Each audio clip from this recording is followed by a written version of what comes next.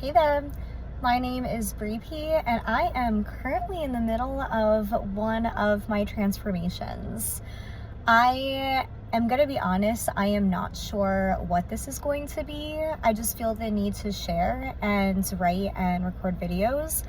I may not be checking comments because this is something that I think I need to go through and discover my journey. But I've been going through so much and learning a lot along the way, and to know that some of the hard times I'm going through, other people are absolutely going through as well, and hopefully this can make it a little bit easier for anybody that can resonate. One of the big catalysts for this is I live in Florida, and my apartment currently has black mold. It is actually a really big problem for our state, and not a lot of people talk about it or educate about it until it's too late, and people just get really sick. So this is something that is likely living in my air ducts, so you can't see or smell it. I haven't gotten an official diagnosis yet. All I know is that I get really sick when I'm in my apartment. And when I'm out of my apartment and spend days or weeks outside of it, then I no longer feel sick. I've been living in this place for about 3 months, and I've had crazy things happening. I had joint pain that was so bad that I couldn't walk for 3 whole days, which was obviously scary. And I'm a dog walker, and part of what I do on the side is I do catering bartending, where I stand for long periods of time and I have to load my car up and do heavy labor for a part of it. So being healthy and physically active is super duper important for everything that I'm doing. So it felt like I've been playing health whack-a-mole. Like, I've had symptoms cropping up and going away, and they've all been different, and it's been such a journey. There were periods where I wasn't able to breathe very well, so I stopped doing my sports like kickball and pickleball and rock climbing that I do with friends. I would have really bad heart pain where I literally thought I was having a heart attack and was rushed to the hospital, combined with extreme and sudden headaches that felt like aneurysms. I'm talking like 8 or 9 out of 10 levels, and I have a really freaking high pain tolerance. So it was really, really scary, and I legitimately thought I was dying at certain points. I've gone to tons of doctors. It's hard to diagnose because it's not something that a lot of people think of right away. It's just a very convoluted process from what I've been seeing. So I've gotten so many x-rays. I got x-rays of my knees, wondering if my cartilage was going. I've gotten blood tests for parasites, for Lyme's disease. I've checked all my levels for my blood, urine analysis. In the hospital, they did chest x-rays, just everything we could think of. And I kept on being told, like, everything is normal, like everything looks normal, like your liver enzymes are a little elevated, hemoglobin levels are a little off, but like you're healthy. And clearly, if I'm thinking I'm dying, I'm not. So it's just been taking a lot of time, and it's been financially stressful, to say the least. I also have a cat that was living there, so I would get some breaks because I am a pet sitter, so I would spend time out of the apartment, and I do have a very active social life, but he was in there the whole time. So not only am I going through all of this with myself, I've been going through it with my cat as well. So for anybody that's been sick and trying to figure out what's going on, I think we could all tell you that it's pretty much like having a full-time job, and it's also a double whammy because when you're sick and you're stuck in bed all day because you have really bad headaches, you're not able to work. So you're spending tons of money in hospitals and doctor's office getting all these tests done, trying to diagnose something while also not feeling well enough to work. And it's exhausting trying to figure everything out. I am probably about a month into this process, and thank goodness I have a lot of resources for people who are very healthy and connected to health professionals and were real advocates for me in this, and started reaching out to everybody they knew, saying these are the symptoms, this is what she's going through, she's not getting any answers. And somebody finally found a doctor that is one of the best in the country and just texted for me, and they said she has mold. Like, I am like 98% sure she has mold. So she needs to get out of her apartment. And lo and behold, I was pet sitting at the time, and I was in bed all day the day before with a really bad headache and having trouble breathing. And after 2 days, I was feeling better. And then I had friends that were gracious enough to take me in. So I've been crashing on their couch for probably a month now as well. And I haven't had anything crop up. Like, I've been feeling better. Part of why it's convoluted is because there isn't tons of accessible testing for it. There are blood tests you can get, but because it's not really well known or talked about, even though it's a very common problem, I had to look up the test myself. And black mold is the type that is commonly found in apartment complexes. And I just looked up mold tests under my health insurance and went and got blood work done, and it tested for every other strain other than black mold. So I have to get another test for it. I had a mold inspector come to my apartment, and they have a meter that can be pressed against the walls, and there's like very clear water damage going on. And this is my second apartment in the complex, and so I know that they use fans to dry the surface, but a lot of the problems are behind the drywall. And of course, if you're running a complex, you want to do things to fix it, but in the most affordable way possible. And so if the mold is hiding and you can't smell it and it's not visible, it's hard to advocate for it. So we got a free mold inspector, but because he wasn't able to see it like directly outside, I would have to get somebody to test the air ducts for $850 just to validate what I'm going through. So it's been 3 months that I've been sick. We're still looking for official diagnoses, and that's also part of the problem. Is just, it's a road and it's a journey when you're going through health. I did have an autoimmune disease before as well, and black mold can exacerbate that. And it can bring symptoms to light that weren't there. So I had an inactive autoimmune disease. I didn't have any symptoms. It was an accidental discovery.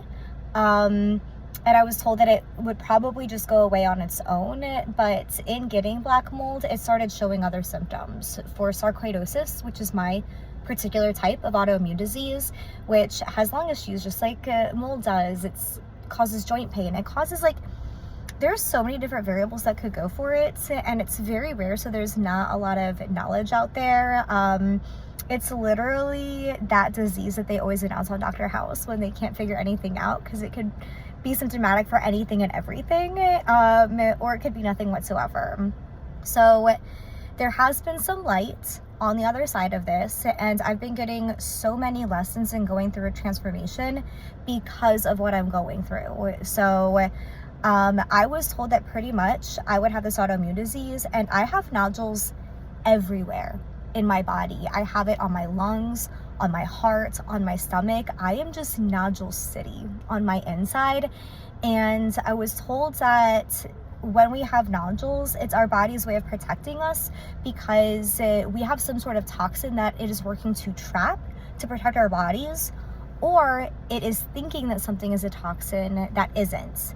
And pretty much any autoimmune disease is a medical way of saying that we don't fully understand it or know how to fix it, because when you're diagnosed with an autoimmune disease, you're taught how to manage symptoms, but essentially told there aren't really cures for it. And I'm not looking to bash anything. The path that it's led me on has been for more of a holistic one, because it's the people that have been giving me their resources. And in finding a holistic doctor to work with molds, I actually found people that are telling me that I can cure this disease, something that I thought was something I'd have to live with for the rest of my life or would just magically go away without work towards it. It is pushing me towards a much more holistic lifestyle when it comes to eating. So I learned that the biggest organ in our body is actually our skin, and what we put on our body and in our body is very, very important. And especially living in the United States, it's a place where we have to sort and sift to find those like more natural organic products. So I'm learning that things like sunscreen, which are supposed to protect from cancer, are actually very toxic for us, and have chemicals in them that cause cancer. So in trying to prevent cancer, we're actually giving ourselves cancer for getting this. And I am a ginger person living in Florida trying to navigate, how do I go outside without sunscreen? Part of it is eating very, very healthy. So when we burn, it is our body's flushing of toxins in our area, where we have pretty much like a niacin flush of like the chemicals that we have in our body.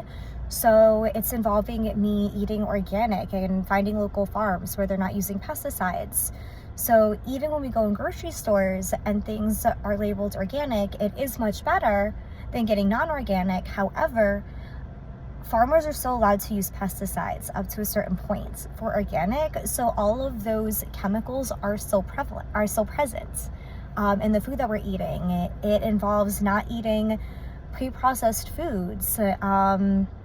There are so many chemicals, if you look on the backs of labels, that are not whole foods, and that is essentially poisoning our body. Things like vegetable oil and canola oil, and even things that are used going out to restaurants. So it's a holistic transformation. It's a health transformation. This is absolutely giving me a spiritual transformation as well, because I've been trying to navigate all this and somehow keep my head calm in the middle of a storm. And I feel like I have been doing a very good job of that, but some days are admittedly very scary and hard. So I am a naturally very positive person.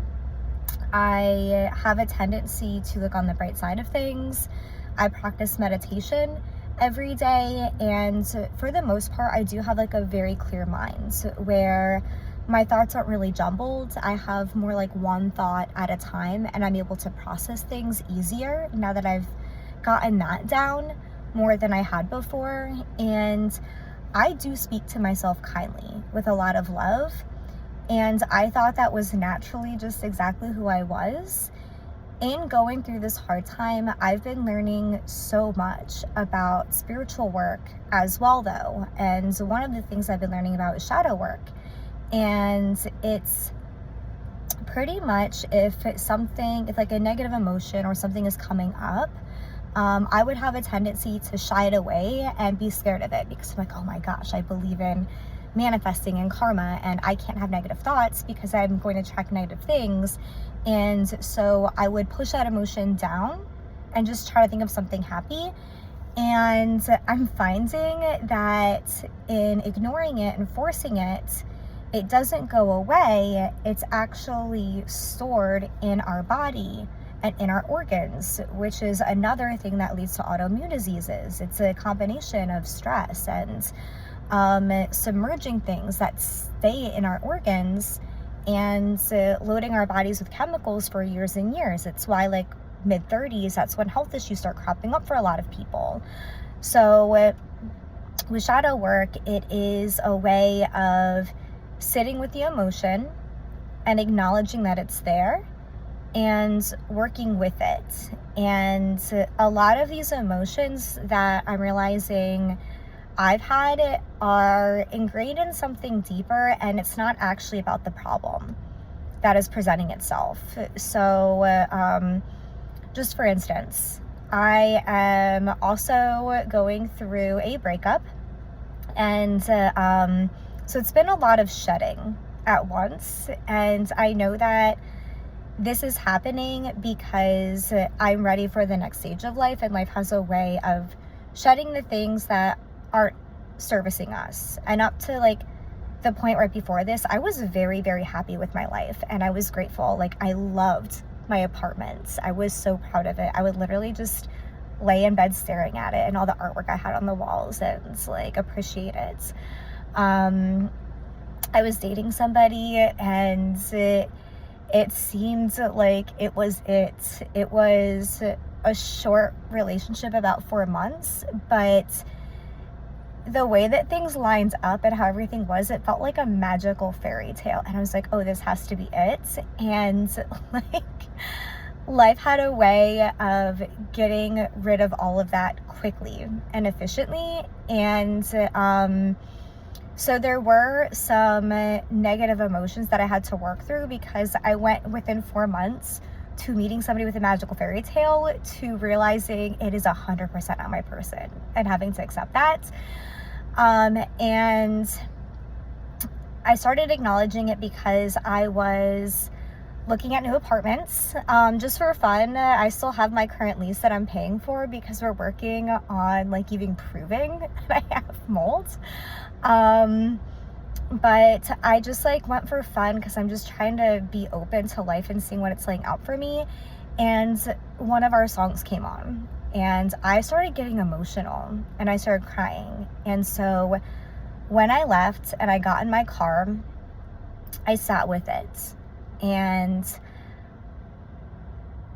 I tried to see what was really there and why I was getting emotional, because I didn't fully understand it. All I knew was that I was sad, and like baseline, it would just be like, I'm going through a breakup, of course I'm grieving, but in sitting with it, I had some really dark voices come out that I didn't even know were in me, because I acknowledged it. And it was like this rush of thoughts, like, of course it didn't work out again. This is your pattern. Like, you're not ready for your person, or you would have found them already. And like, there were red flags everywhere and you ignored them. And like, how are you so dumb? And it hurt, and I had to sit and talk with them. And it felt like when this was happening, I pictured myself as a kid, like an inner child was like screaming all of this, and was having like a tantrum, not a temper tantrum, it was just like distraught and hurting. And I sat there and I started talking to her like I would if I was a friend, or if I was that child, and trying to walk them through it. And so I'm doing all of this in my car by myself, and I'm just like, oh my gosh, like, I'm so sorry you feel this way. Like, I had no idea you felt like this. And you are so loving and lovable, and it's going to be okay. And you do have your person out there. Maybe you're not ready for them yet, and maybe they're not ready for you. And you're going to find them when it's right. And of course you deserve love. Like, you're such a caring person, and you love yourself, and it's going to come back to you, and you're safe, and you're valued. And it was like this wave of relief came over me, and I felt peace. And I was actually out at Michael's because I wanted to make some bracelets that are embodying where I am right now. I want to make one that says surrender, one that says release with love, and one that says peace, because I think that's what I need right now. And the song came on, and there was no charge. I was fine with it. And in fact, it's actually like a really fun song. So I actually enjoyed it. So I'm learning to embrace the dark with the light. I felt like I needed to be very positive all the time, both in my head and to other people. And I'm realizing that that's not fully authentic or me. And so this is putting me on a journey to find my soul and my real purpose. And I'm learning to listen to that more. I'm not sure where it's going to go. I'm in that in-between stage where I'm learning to release and trust. And I do have questions for it. I don't know where I'm going to be living. I don't know if it's going to work out with my apartment or if I'm going to be elsewhere. I'm not feeling a call to work, even though I have a lot of medical bills coming up. I literally spent all weekend in triage with my cat, which was a few $1,000s. And I've already spent and lost probably $15,000 with my medical bills and in not working. And it's just a lot of unknowns. And I'm not going to be doing this perfectly. And I might have confliction when I'm doing these videos because I'm learning and walking in unknown territory. I might be flip-flopping. I can't guarantee how I'm going to be showing up. But my goal is to at least be authentic and help with this and provide resources. And yeah, I'm hoping that good can come out of this for other people and not just me as well. So that is my little spiel for today. I hope that it provided some value, and maybe we'll touch base soon. Thanks.